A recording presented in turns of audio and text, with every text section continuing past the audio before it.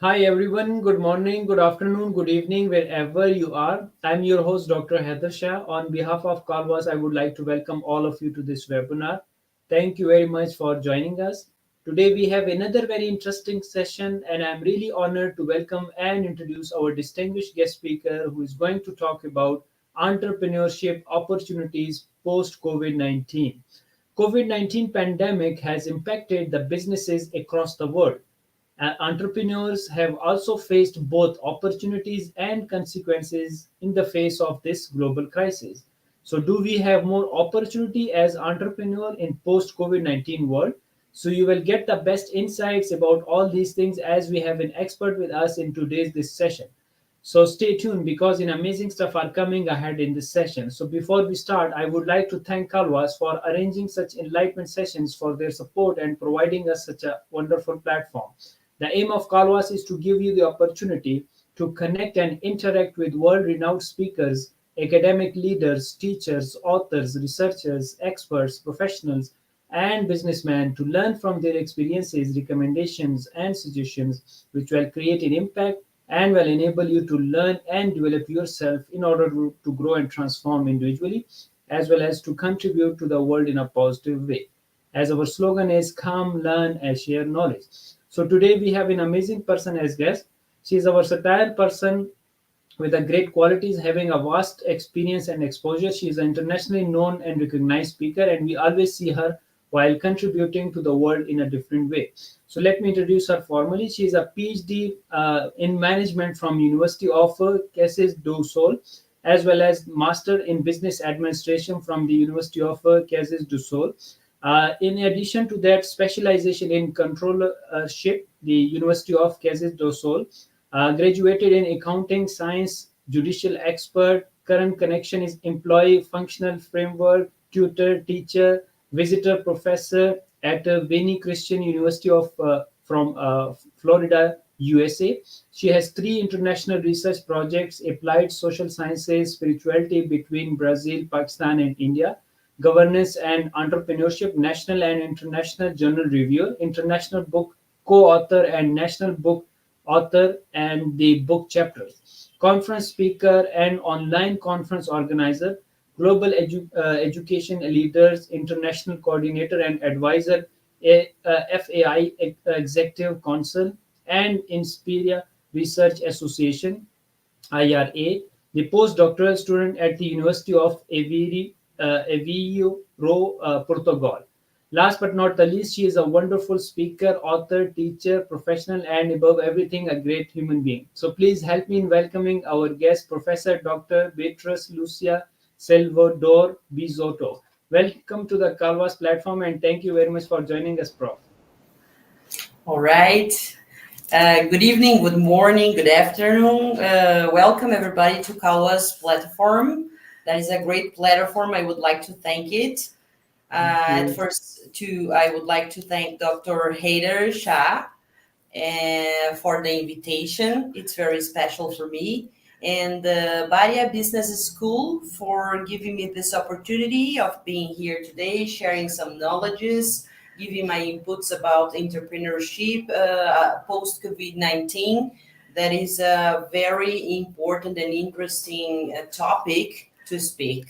Thank you Thank very you very much. much, and it's really a pleasure to have you. So over to you, Prof. Thank you. All right, thank you. As Dr. Haider said, I am Professor Dr. Beatriz Lucia Salvador Bizotto from Brazil, and it's my pleasure to be here talking a little bit about entrepreneurship for you. Let's start with my presentation talking about the signals of business changes. So, the COVID 19 epidemic has come as a surprise to everyone, and this is nothing new, of course. At no time in our history has an event of this magnitude been witnessed with the circumstances of globalization and economic development that we find ourselves in, which has impacted society as a whole and brought many challenges to the world production chain.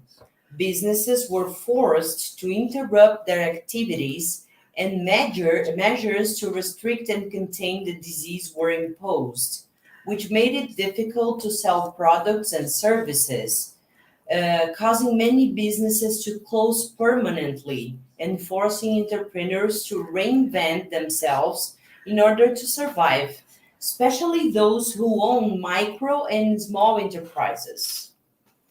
Entrepreneurship can be highlighted as an important factor for the economic development of a country.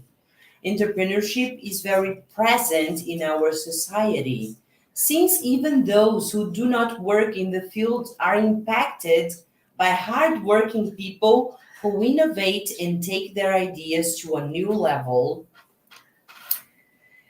Then, the economic crisis from recession to COVID-19. The instability and economic decline occurred, in large part due to issues intrinsic to the global economy.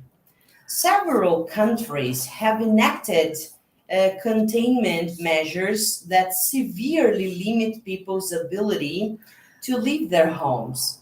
With the lockdown and social distancing measures, consumers were restricted from having options to buy, just as they were restricted from mobility.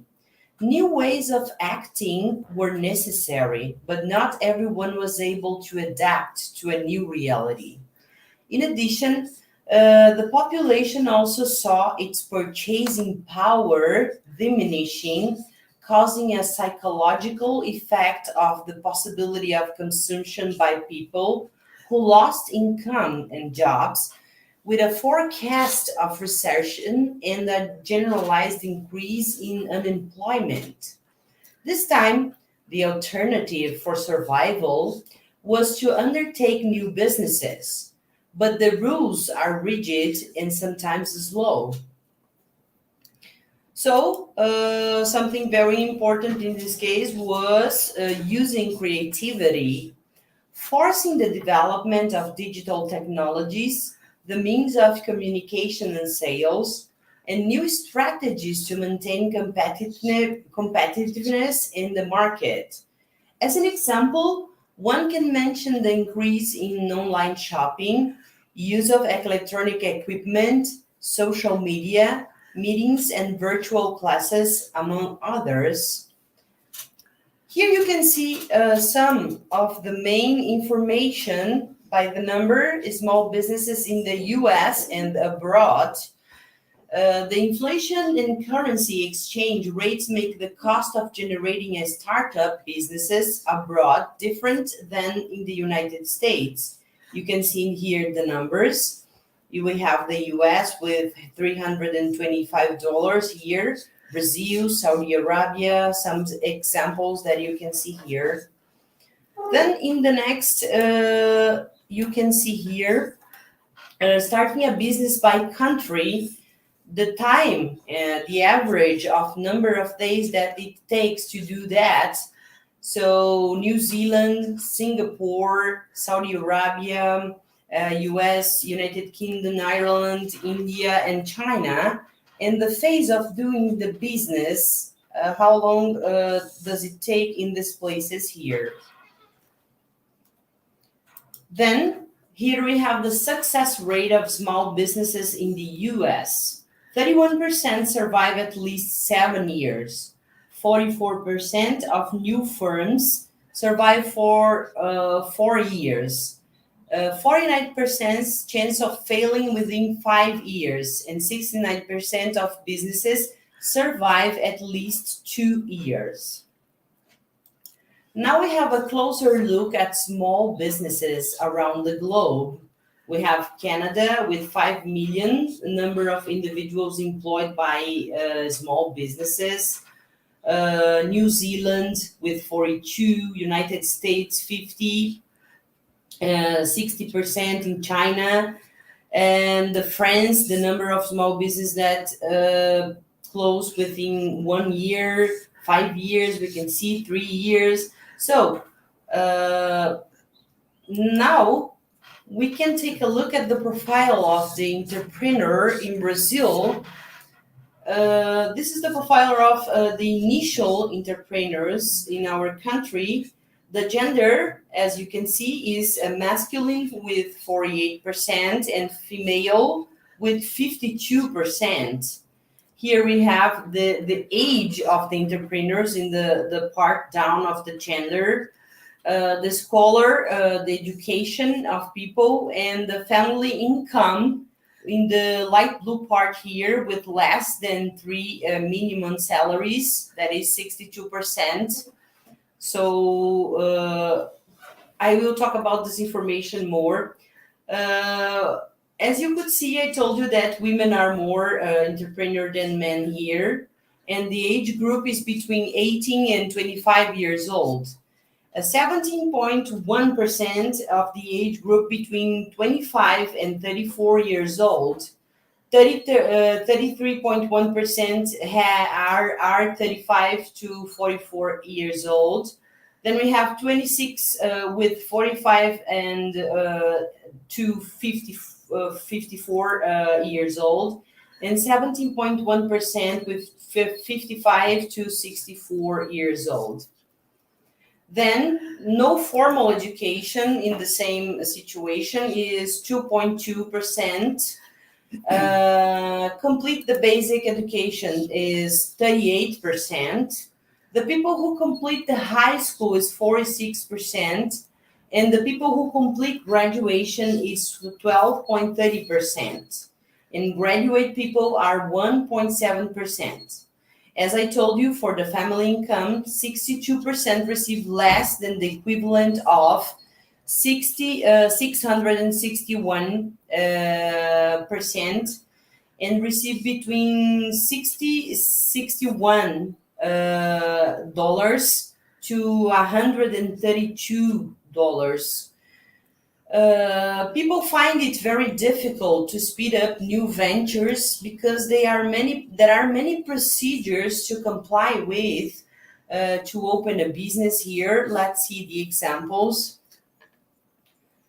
So you can compare here the ranking of ease to open a business. Look, Singapore is the first place, New Zealand, then United States, United Kingdom, Ireland, Saudi Arabia, China in the 89th place.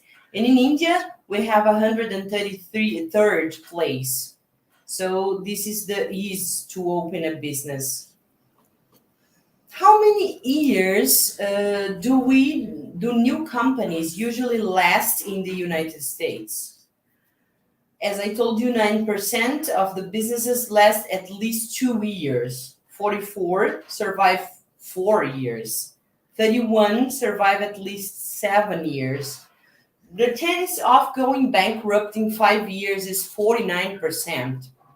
A trend towards the emergence of new behaviors can be seen in order to adapt the needs of consumers to the limitations imposed by the pandemic, although some of these trends are perceived.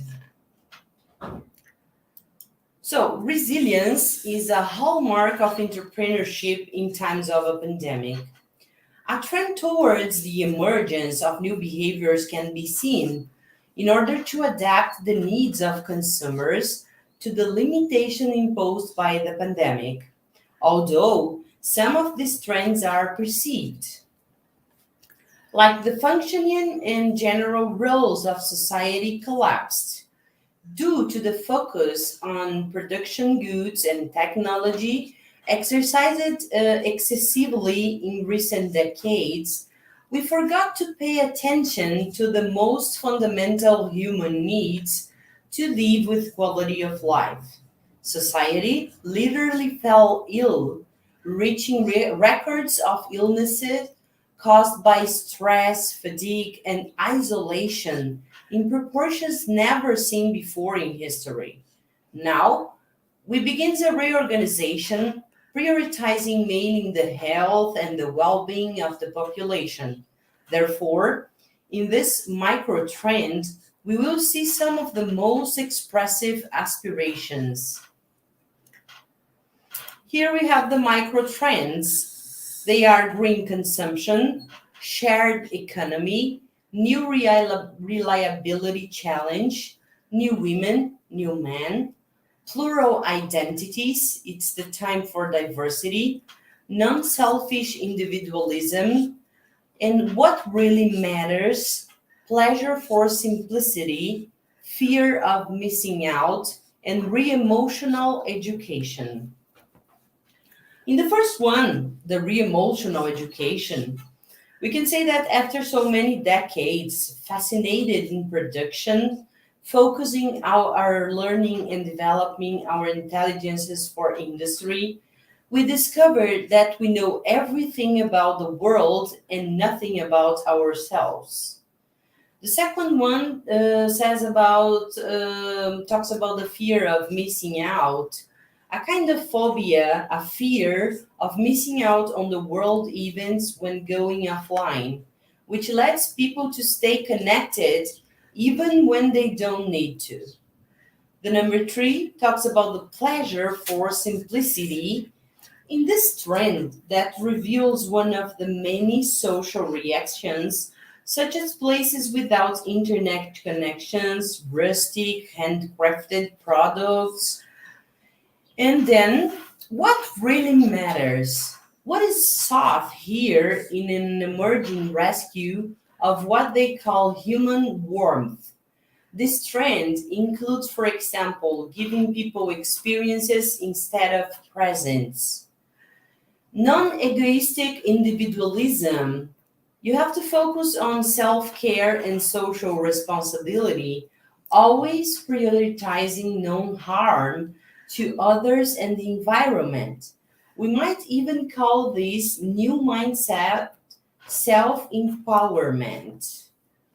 The plural identities, the time of diversity, the consolidation of families, urban tribes, and several other groups that are formed, regardless of cultural or identity differences, is increasingly visible. New woman and new man. From commercials to fiction, we have recently experienced a major remodeling of women's representation in the media, which detaches them from the usual fragile and helpless roles and places them in positions of more independence and autonomy. Thus, the tendency is for something similar to happen to men. Shared economy, communitarian capitalism. Here is born a way of consumption where owning losses importance and give a way to experience. Green consumption, brands that are in essence the result of this sustainable mindset, from vegan products to reuse of materials or circular economy. Now let's talk about the macro trends. We have the end of smartphones, we have domesticating robots, the arrival of the 5G internet, the video, the new communication, hybrid realities, blockchain and invisible currencies, smart mobile digital goods, machine learning, learning in practice, significant experiences. Just to talk just a few examples. And with digital inclusion in the market and in people's daily lives, in addition to increasingly accelerated technological advances, the virtual world and the real world have established themselves as codependent.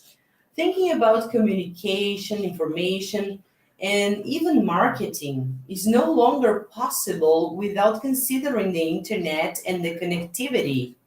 It is undeniable that we recognize that the era of integration of realities, that is the integration of digital world and the physical world. And in this new structure, we must prepare for a total transformation of the marketing and society. It is also worth nothing that even technologies and innovations that seem more distant and at first glance may not sound as applicable to small businesses deserve monitoring. It is important that from large to small businesses, the applications or consumer platforms available offer fluid experiences through interfaces that adapt to new needs, being agile, intelligent, and as simplified as possible.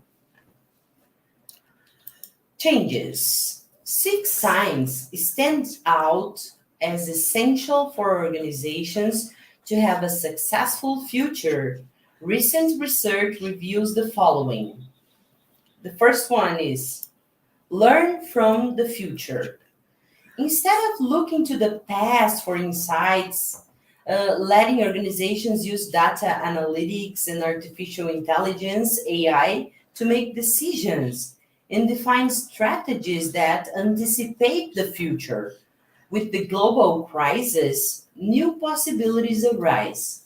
Organizations can reinvent their future by embracing the positive change.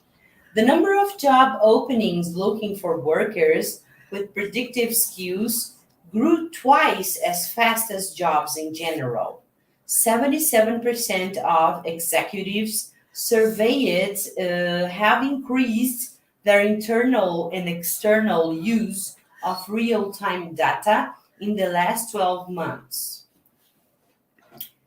Migrate to the ends. Leaders are responding to change and challenges by shifting decision making authority to people at the ends, relying on highly connected teams to act with speed and agility. 88% of respondents said markets will become more segmented. 71% of the respondents said they have already decentralized decision making or are planning to do so. Then, a very important subject is the sustainable purpose. Responding to the demand that stakeholders be considered and served more broadly, organizations are building sustainability into the fabric of their operations and making social responsibility sustainable. 2.6 times as many companies with consistently high environmental, social, and governance (ESG) performance ratings outperform underperformers in terms of total shareholder return. 43% of 521 of the world's largest companies are currently failing to deliver multidimensional value compared to their intentions. Then we have a borderless supply. To meet growing customer needs for a faster, more flexible, cost-effective, and sustainable supply process, companies are restructuring their supply chains and moving production to the point of demand. 95% of respondents said they are testing or scaling approaches that will help decouple supply from ground infrastructure or bring production closer to the point of demand.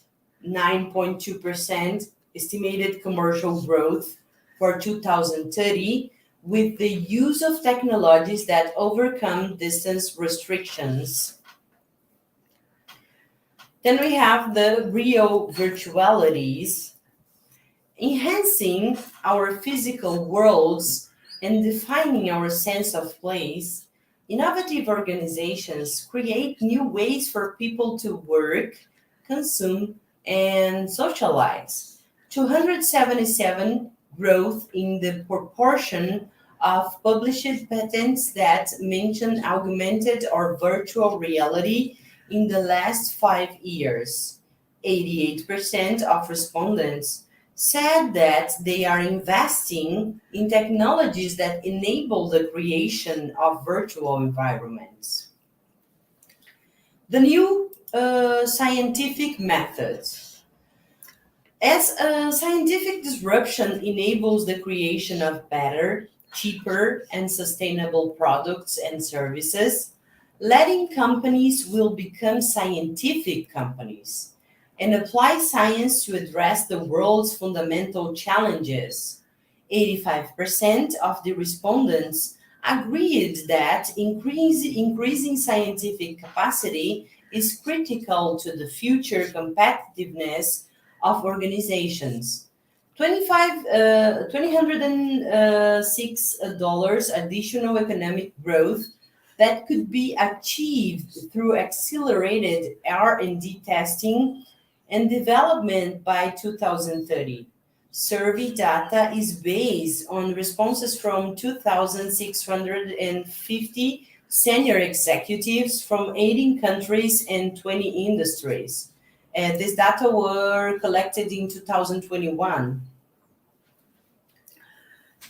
Summing up now, the advancement of AE is natural and is part of a historic revolution that we can no longer stop. Faced with this scenario, we do not need to be afraid of being replaced by machines, but rather take advantage of what we have created to improve our work. Thank you so much for this opportunity to share a little bit of my knowledge with all of you. Thank you, Dr. Haider, sir, for this opportunity. Yeah. Thank you very much, Prof. Really, it was a superb session. I really learned a lot from this session. The way you started it from the definition, and then you showed up very nicely the statistics, the graphs which were reporting the data. And that's the beauty of the researcher, that they always give reference and they always come up with the statistics and data. And I really appreciate the way you explain the how the different companies, the in terms of the ease of doing business, and then there are in terms of how many they drop and how many they work in a different way. I really like the way you talk about the how they learn from their past mistakes to make the decision, which is very crucial for entrepreneurs. Then you talked about the change and the scientific methods and all these things. What a blend of things you have just mentioned in this couple of minutes, because I can see that it is the result of so many hard efforts that you have put in it in preparing the slides, because it was comprised of so many wonderful content, but you try to sum up each and everything in a wonderful nice way. And I love your micro trend and macro trend, which you explained very well. Really, everything you explained was so nice. And how can we be more, I would say, ready and prepare for the future in order to be a good entrepreneur? Only then, if we are considering all the factors, only then we will be able to do it in a right way. Thank you very much, Prof. Your slides were so simple, but at the same time, it was so complex to see and to understand. But you explain it in a nice way, in a wonderful way. Really so great. And if you allow, should we start with the first question, please? Yeah. So the first question, Prof, they want to ask that it was a nice presentation, Prof. You explained a very wonderful way. Our question is, Prof, can you just tell us what drives entrepreneur to achieve their vision and mission? Yes, please. Sorry, sir. Let me see if I got it well. The person is asking how the entrepreneurs can. How What drives an entrepreneur? It means what source of motivation entrepreneurs mostly have to achieve their vision and mission. Does it rely on resilience, as you mentioned in your slides as well? What is the source of motivation of the most of the entrepreneurs, that they keep on doing the things they do and then they achieve their vision and mission, in your opinion? Yes. With the pass of time, we could see that being an entrepreneur is not just about money, right? It's about having an idea that will help the other people to have a better life, to have a simpler life, a cheaper life. So it's a creation. It has it goes with creativity, right? You need to have a perfect idea to create something that people will really need, and then we are going to generate jobs. You are going to employ people. You are going to facilitate the other people's life. So it's a very important circle that can be created for your life and the other who are around you, and many people around the world that you can help with just your wonderful idea. So it's magic, like, don't you agree? Entrepreneurship is magic for me. It's very nice. Very nice. Thank you very much. Another question they want to ask that, Prof, how do you see, as you talked about the future as well, do you think that digitalization and digital economy and the design mechanism to learn from entrepreneurs, they made the things very difficult for upcoming entrepreneurs to compete, because now you must have the digitalization skills in order to compete. Yes, your opinion on that, please. So this question is very interesting because this is a real problem nowadays. We are going to have the technology, right, to help us and to optimize our works, our jobs, the machines and everything, but we are not have people able to work with these machines. And this is a big problem. So this is a problem that starts from education. The things will need to change in the next years. We need to learn how to handle with these new changes from technology, or else we are not going to be able to handle these machines, this technology, everything that is here to help us to earn money and to facilitate the other people's life. So this is a long way that we have, and is a problem that we will need to face if we want to to have entrepreneurship in the digital world. People who Yes. works. Yeah, true, very true. One last comment and question as well. This gentleman has commented one that he wants to say that thank you, Prof, for your nice presentation. And further, he says that I came across one of the CEO quoted during the pandemic that the challenges of the remote working, I have never ever met some of our interns in person just because of the COVID. But the businesses now that we are doing, we need to focus on the things in a other way. And now we have to reinvent ourselves and the businesses, the target audience and customer. So the question is, how do you see the upcoming business models with regard to the post-pandemic world? Yes, please. I think it's natural that this process of pandemic and remote working could show the people how the things can be easier, how the things can be less tiring, because and how can they can be sustainable with people working at home. How can we optimize the things?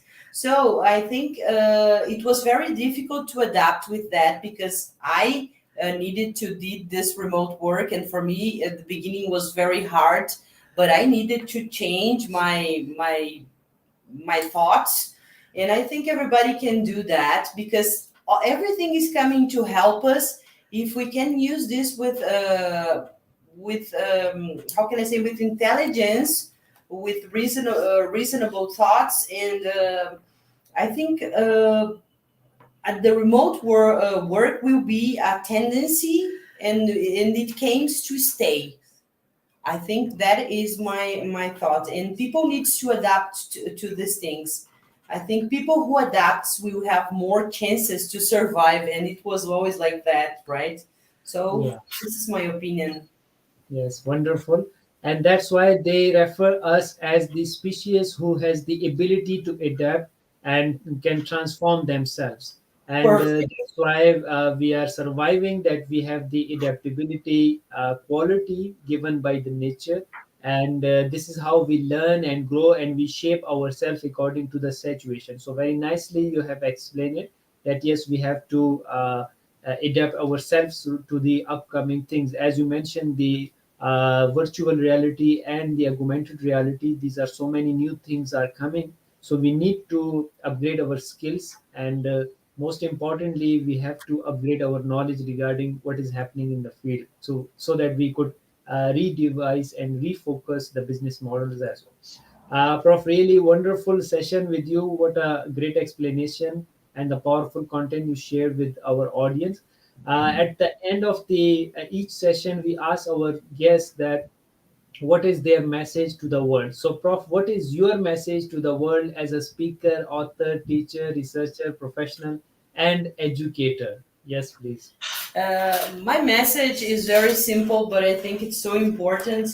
My message is when you have an idea inside of your mind and it doesn't stop popping out from you, okay? This idea is good and you know that is good.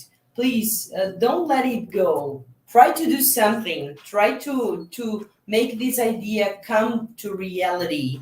Never give up of this dream because you can be having a great idea that can help the world, that can change the world. You can be the person who will do that. You can be the person who will give a job for many people, to help many families, to help your own life. So if you have an idea, please water it, let it grow inside of you and put it outside. Let the world know your knowledge, okay? So this is my message. Thank you very Wow, much. very nice message you have given to the world. And this is what the different world speakers, professors, and the philosophers refer, that what gifts you have given by the nature or the supreme power, you must utilize it in a way so that you can contribute to the world in a positive way. And I believe you have given wonderful message that keep watering to what is gifted, and how can you grow it further, and how can you spread the benefits out of it to the everyone, and to make the win-win situation, because we depend on each other. And if we grow together, that's the wonderful ideology one should be following, that we grow together and we can contribute together to make this world, this planet, a better place for the even upcoming generation as well. So nice message you have given to the world, and to the audience, that please do follow the distinguished guest speaker through her research work, and you can email her for future learning and guidance. She is very generous and always ready to help the people. Moreover, wonderful explanation and powerful content which the great speaker has already elaborated will help you to learn and develop your understanding regarding the entrepreneurship and opportunities. So that's all we have time for today. Thank you once again, Professor Dr. Beatriz Lucia Salvador Bizotto. I'm sure I have spelled it properly. And Yes. would like to thank our audience who joined us. Thank you all for your support and liking our session. Stay tuned as many sessions are on the way. Please do not miss any session. Until next session, take care of yourself. Bye bye.